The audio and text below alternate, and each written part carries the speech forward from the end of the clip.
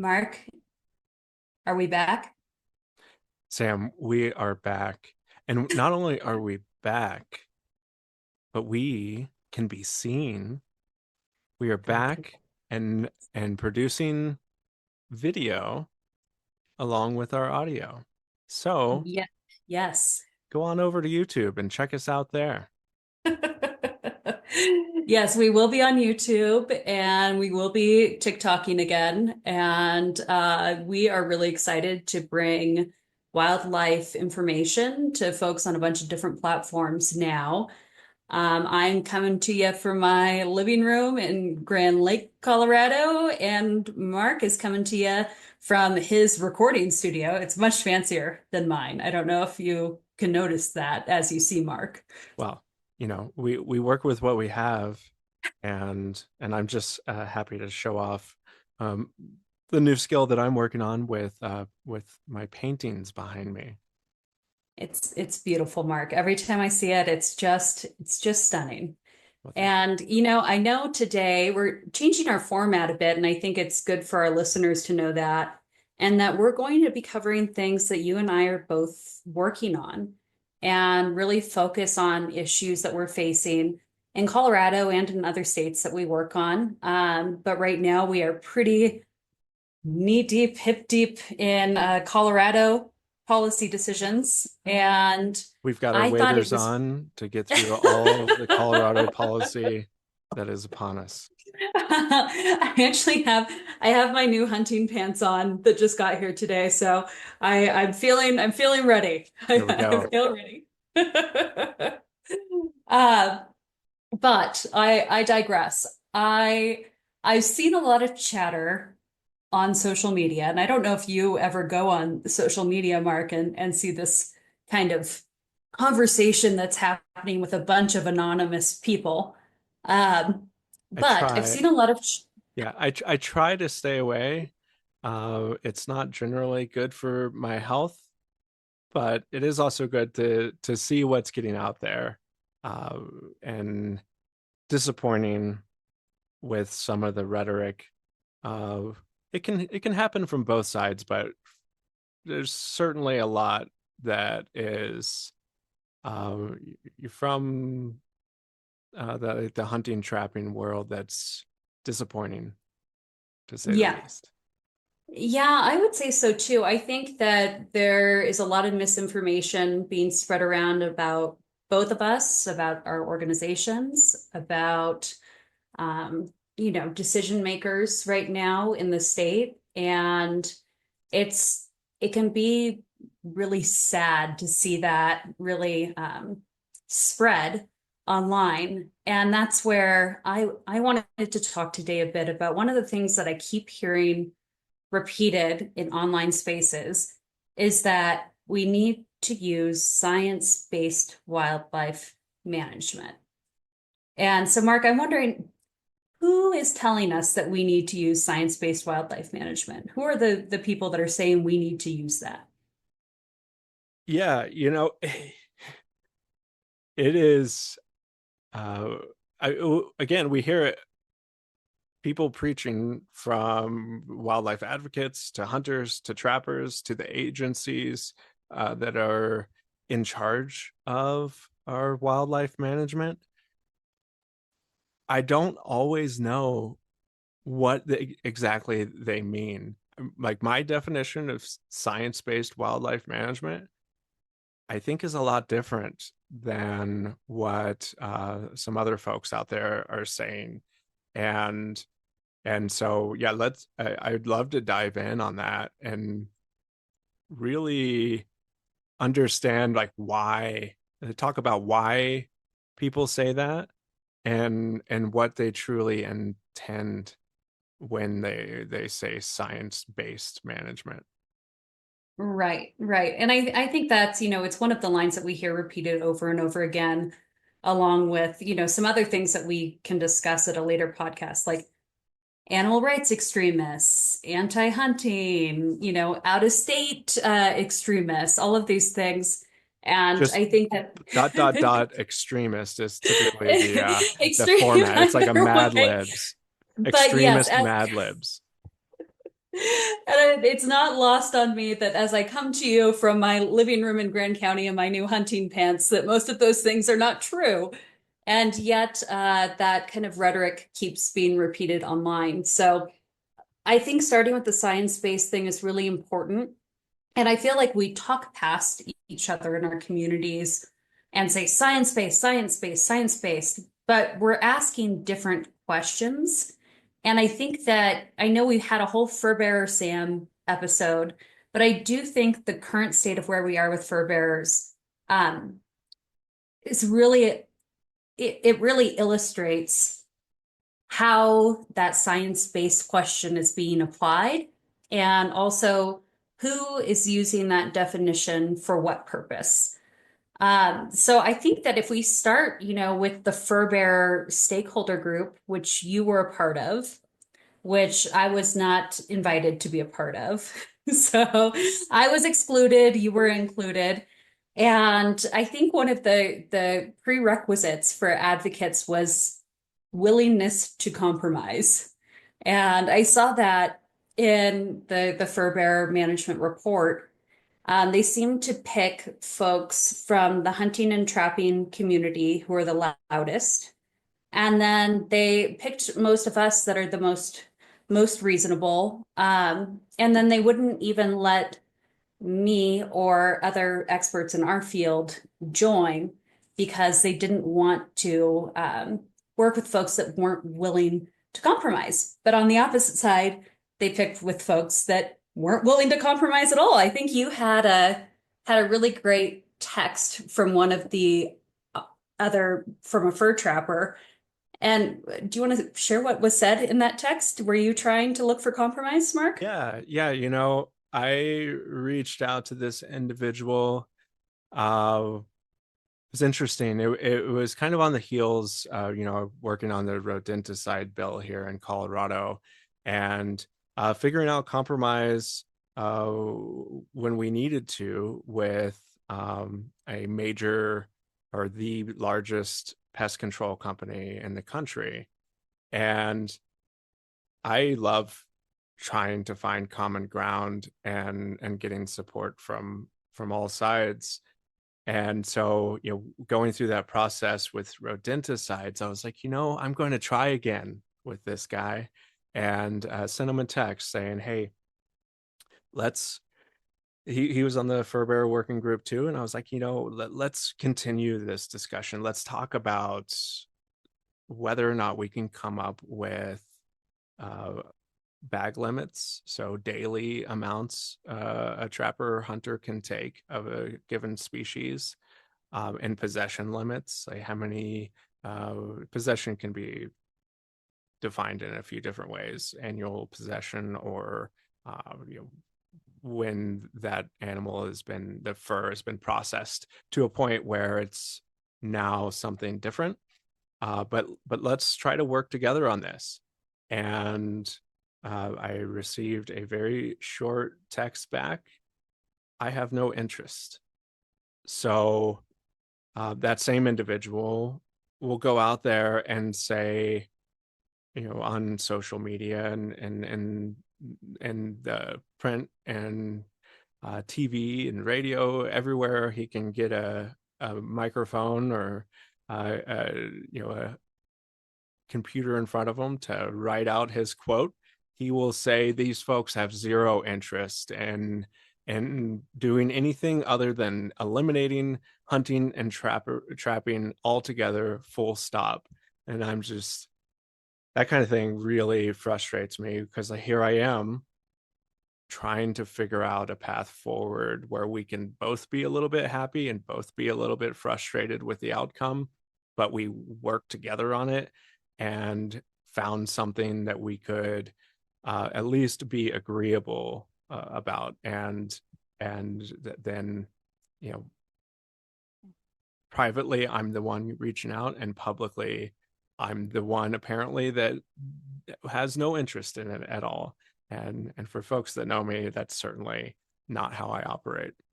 You are very willing to compromise, and Almost sometimes a little to a fault, right? Like I want to make this work, and sometimes I got to dial it back a little bit. But Yeah, no, and I agree with that. And I think it reminds me of earlier conversations I've had with agency professionals where I've just been like, can we please just get bag limits on these species and possession limits? Like that's what I'd like to see. And I was completely shut down by the agency on that. So I think that we get to a point behind the scenes over and over again where we're asking for common sense reforms, right? In my background, I have a master's in environmental policy. So that's really where I come from, is a policy standpoint.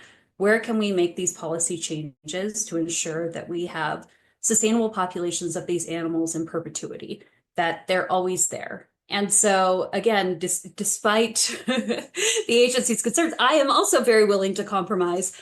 But I'm saddened, when the opportunity to compromise then becomes very polarizing, and there's all sorts of rhetoric that drives it further and further away. And it certainly helps some people fundraise, right? Like I've seen a lot of fear mongering to build fundraising online. And I think that it also serves to try to drive a wedge between the ethical people that I would say would be in my community, right? Like I hunt and fish. I am in a relationship with an outfitter. This is my life. I think that it's sad to see just blatant lies go around and say, no, these people are disregarding science-based wildlife management. No, these people want to end all hunting. And I really appreciate that we have this platform, one, to speak for ourselves, because as we know, the press often won't pick up things we say, even when we say over and over again, I fish, I hunt. I maintain personally, and this is backed by science, that we don't need to hunt carnivores. We don't need to. We don't need to do it. I am here for hunting hoofed animals. I am not here for hunting animals with paws. And I think that, that stance both alienates me from a lot of folks in the animal rights movement, and it alienates me from a lot of folks in the hunting movement. But here I stand, and I at least am upfront about who I am and what I want and what I'd like to see. And I'm willing to compromise on it. And so I would love anyone to come to the table that's willing to compromise on it, to come talk to either of us, because I welcome those kinds of conversations. And I think on this podcast and on our social media, we don't need to get into personal attacks. I would much rather debate the merits of the policies we're proposing all day. And I think that because the other side doesn't want that debate, they try to attack us personally or try to spread misinformation. I would much rather have a policy debate of, why are we allowing commercial sales of fur bearers? Why? Tell me why. How does that benefit fur bearing species? We don't have the answer to that question. No one will answer that question. You saw the agency at the last Colorado Parks and Wildlife Commission meeting avoid that question over and over again. How do commercial markets benefit fur bearing species? And they don't, they don't. And that, the day after the Colorado Parks and Wildlife, the day 2 of the commission meeting a couple of weeks ago, there were so many people commenting from the public uh, when the petition was voted on to move forward with it and create regulation from the petition itself, in the spirit of the petition. And I heard over and over again about how the science-based ethics of CPW were being thrown in the dumpster, and I couldn't wrap my head around how is not allowing commercial exploitation of wildlife going against science. Right. And I I've think chewed on that, that for a while and I can't come up with the right answer. So if you can enlighten me, please do, because I'm stuck. well, I think it's important to know, what questions state agencies are asking when they look at rulemaking petitions. So, with the Center for Biological Diversity, we submitted our rulemaking petition that would prohibit the commercial sale of wildlife furs from wildlife labeled as fur bearers. This petition does nothing to set bag limits. It does not stop hunting and trapping. It does not stop the commercial sale of fur in our state, most of which is imported or, captive raised, farmed fur animals.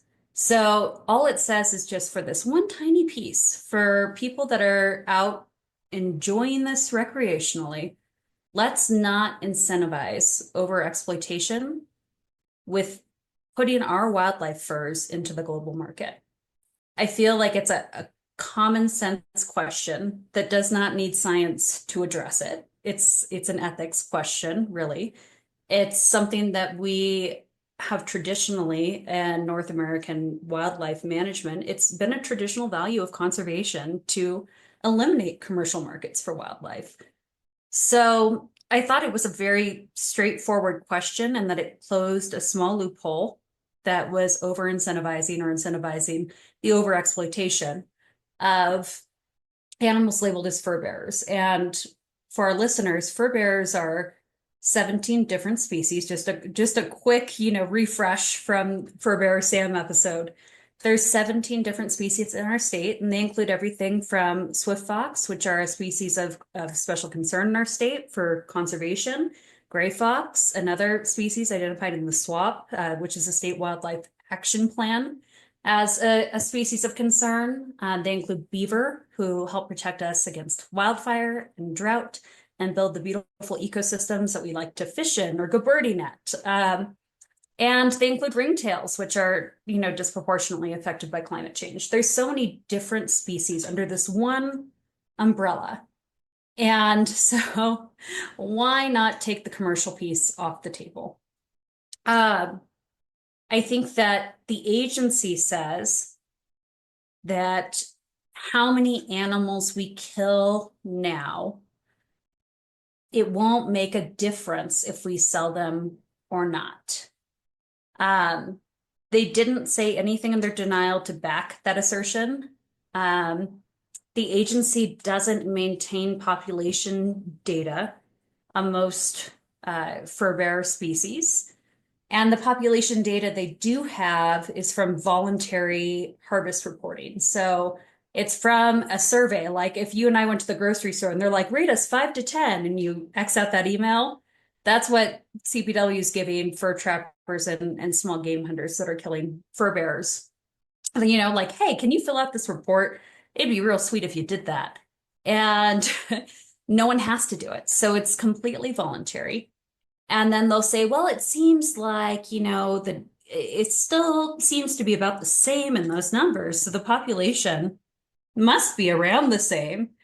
And you can keep doing what you're doing. And I think that what the agency does with science is, and when I say the agency, Colorado Parks and Wildlife staff do with science is they ask, can we continue to hunt without getting rid of the whole population of animals? Will the population survive? And they look for that maximum number that they allow, rather than asking, does this activity benefit the animal? Does it benefit the ecosystem? Is this a fair chase activity, which we ask for deer and elk? We don't ask those questions, and the agency isn't comfortable with answering those questions. So when we ask them directly, you'll see what we saw at the last commission meeting, which is agency staff avoiding questions, talking in circles, commissioners asking questions because they're not allowed to talk about anything except for a public hearing. And it looks like it is chaotic because everyone is trying to understand both the questions and the answers at the same time. Did you want to comment on that? Because I know you saw some of this where there were a lot of headlines that said, Oh, chaos at Colorado Parks and Wildlife Commission meeting. Um, what was your perception of the decision-making process on the petition at the commission meeting? Yeah, I commented on the second day, extending my sympathy to the commissioners because, like you said, they don't get to talk to each other outside of these meetings on anything that's policy related. And so everything that is being discussed as a commission is being discussed as a commission for the first time in front of the public, in front of the media. When you look at uh, the legislative process, it's behind closed doors ahead of time, lobbying efforts, lots of, I don't understand this. What if we do that? And most of that is cleared up before they get to a committee and discuss the bill. And so all of those same questions that the commission was having are the same questions that everyone should be asking when voting on policy. It just happens to be in front of everyone when they're doing it. And that's not their fault. We have a little grace, give them a little grace, a little compassion to understand this is when they're hearing it, this discussion for the first time is when we're hearing it for the first time being discussed. So Right. take it easy. And unfortunately, the media landscape that we're in is more about clicks than it is about presenting the facts. Like what the issue was should have been number one in every story. Hey, Right. this is what we're allowing now, and this is what they voted to do to change it. This is the potential outcome and of that policy change. These are the next steps. Leave out all the crazy, chaotic, confused, blah blah blah. I mean, I've had a legislator text me before a committee hearing saying, I'm utterly confused. This is not something that is unique to our current Parks and Wildlife Commission. And I did want to go back to a little bit on you some concerns of mine with the commercial sale piece. While you were speaking, I have a terrible. We talked about social media at the beginning and diving deep, and I have the propensity to check out fur trapping social media. And Mhm. I saw recently that one single bobcat, went for $3,000 for their pelt. Wow. And I immediately went into the comment section and found exactly what I thought was going to be said was Western bobcats better watch out. They're going to get cleaned out, or something along those lines. And it's like that is a huge red flag for me, Right. and like talking about the agency's science too. It's like, yeah, maybe ringtail could possibly be doing really well at a state level, but there could be pockets of habitat that they belong in that they are non-existent because they have been trapped out of existence there. So, relying only on data that is coming from voluntary surveys and not accounting for local populations, to me, is not relying on science to the best way you could. Right. And I did not see anywhere, and anyone's welcome to correct me if I'm wrong. I've never seen anywhere. So I should say both from Colorado Parks and Wildlife and from any researcher or any agency anywhere showing where the commercial sale of fur bearer pelts and parts is beneficial to wild fur bearers. There is no science that shows that. That's not the science question being asked. I don't see any science anywhere showing that, we need to sell fur bearers to manage them. That doesn't show up anywhere either. And I think that when we say follow the science or trust the experts, it's important to note that Colorado Parks and Wildlife does have some really excellent biologists and scientists within the agency, but it's the policy makers and the leadership that makes policy recommendations and decisions, not necessarily the top scientists within the organization. And so right away, the science is asking a different question. Then that science is filtered down through leadership or through policymakers. Those policymakers make decisions based on Colorado Parks and Wildlife being an enterprise agency, meaning it needs to make money. So they always ask, well, is this going to make us more money? Is this going to cost us money? Where does money come from? And they see their customers as fur trappers, as hunters, and as anglers. And I'm a big I'm really big on fairness, Mark. I don't know if you know this about me. So even if I participate in certain recreational activities, I still think everyone should have a voice in wildlife. Everyone. And Well, it's it literally in is, statute, right? yes, The literally wildlife of Colorado belongs to all Coloradans. all of us. And to silence a few because the agency is an enterprise agency and sees certain people as its customers.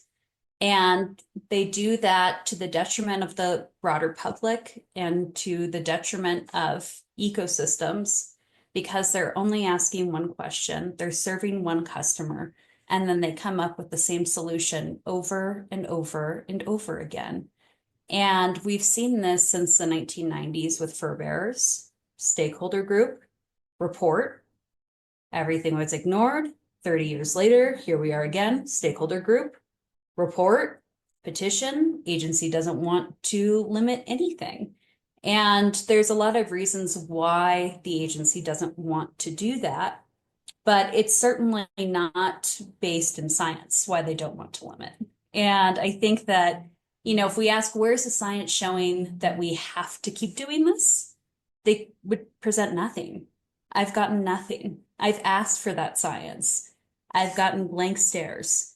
So I challenge anyone, show me the science that says we need to continue managing fur bearers and allow unlimited harvest of all of these species and allow for the sale of them.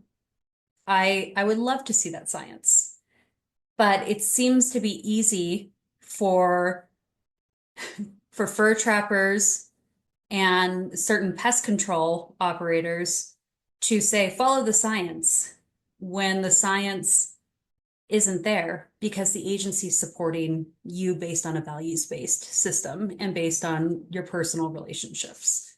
Yeah, I mean, if there was truly a need to kill any of these species, they would have some sort of minimum, like, hey, well, we gotta at least kill, 100 martens, or we're going to be in trouble. Of course, that doesn't exist because there's no need for it. There's nothing that says we have to do any of this, and that is, I mean, again, in statute, hunting, trapping, and angling shall be used for all necessary harvest. And I mean, I think it's a gift that it's allowed, right? I mean, because they aren't necessary, but it's still being allowed. And I'm not out there trying to completely get rid of it. I mean, I wouldn't hurt my feelings certainly if it was gone, but right now, I like what I want is that fairness piece. And it's not just fairness for the species, fairness for the uh the different hunting and trapping groups where you get one elk, but you get 50 coyotes. Like, that's not fair. It's not fair for species to be hit really hard for no reason in one particular area. Uh, Not fair to have some species being able to be killed when they're raising their young, and then others are protected during that time. They that part really, that fairness piece also super frustrates me. And why can't everyone just take a step back and see, like, oh, you know what, I may not agree 100% on what they want, but I can understand where they're coming from. Right. And I think we'd never see these groups advocate for unlimited deer and elk hunting, right? Or unlimited moose tags, even though we're seeing negative environmental impacts of moose. I think that we don't see that happening. And that's because there's a different level of appreciation, respect, and understanding for hoofed species, for ungulates, than there is for fur-bearing species or carnivores. I think it goes back as to what Dan Flores would say would go back to, the beginning of wildlife management, how we valued some species over others. And we have more data on some species than others. And some of it's because it's easier to get elk herd counts than it is to get counts of pine marten. Um, Other of it is because the agencies have never valued finding answers to those questions and have preferred to maintain the status quo because of how they view each of these species.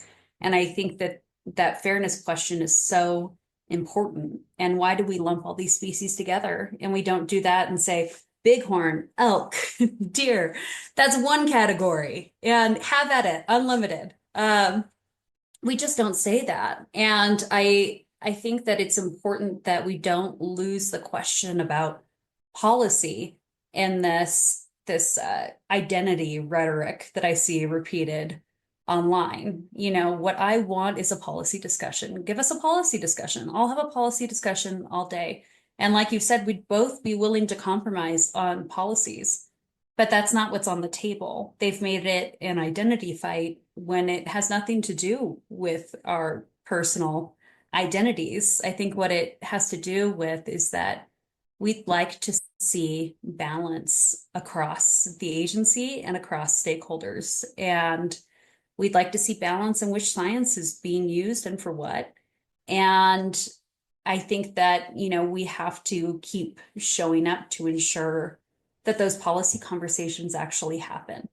And, I would love to see the question answered by the agency. What science shows we need commercial markets for wildlife, for fur bearer furs, wild fur bearers, to manage them? Show me that. But they don't answer that question. So my hope is as we move forward with this podcast, that we can continue to kind of shine a light on some of the behind the scenes things that happen at agency hearings and sometimes with legislative things, that we won't get personal, but we will stick to these kinds of policy discussions. And we can also kind of show our listeners how these decisions are being made and by whom. Does that sound like a fun way to transform the wildlife fire? Yeah, no, I love it. And I keep thinking too about uh I want to do a little visualization with you. Okay, hold on. Okay, you ready? So we're playing tug of war, Okay. and on one side we have advocates who don't want any hunting or trapping of any animal ever to exist ever again. And then on the other side, we have the hunting and trapping world who do not want to make any compromises on limits on these species and or methods or seasons, anything like that. That benefits the trapping world for a while, but the problem that they aren't anticipating is if the folks that want to get rid of all fur bearer hunting and trapping get a hold and start tugging, it's going to go from unlimited to zero. Boom. And no coming back. Right? Did I illustrate that okay with my hands for that, those that was watching? good. Thank you for Thank you. walking us Thanks. through that. But if you brought it, if you self-policed, self-regulated, and brought forward fair and sensible regulations, it makes it really hard to move to an extreme position if you're already in a really defendable place. Right. And I would they're would going to agree go with down. that. Like, it's going to go down if they continue this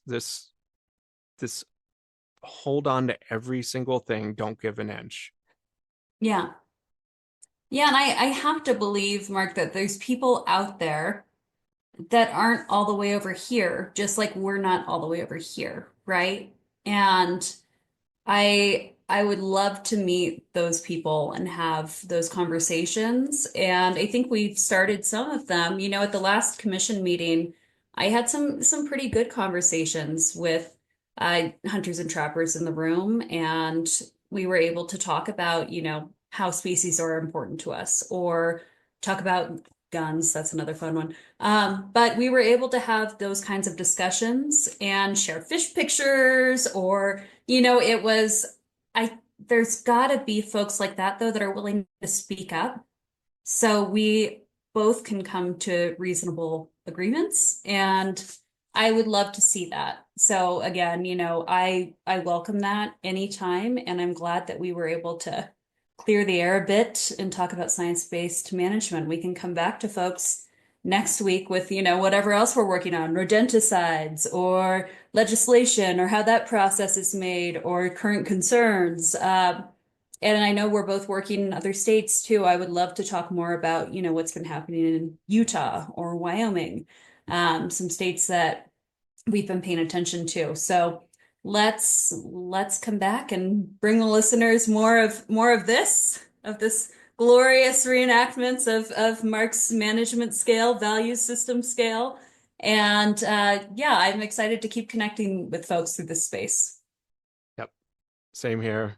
And I am so happy to be back on the Wildlife Wire with you, and new format, and hopefully our listeners and our viewers enjoy. This has been an episode of the Wildlife Wire with me, Mark Searles, and my co-host, Samantha Miller. Thank you for listening.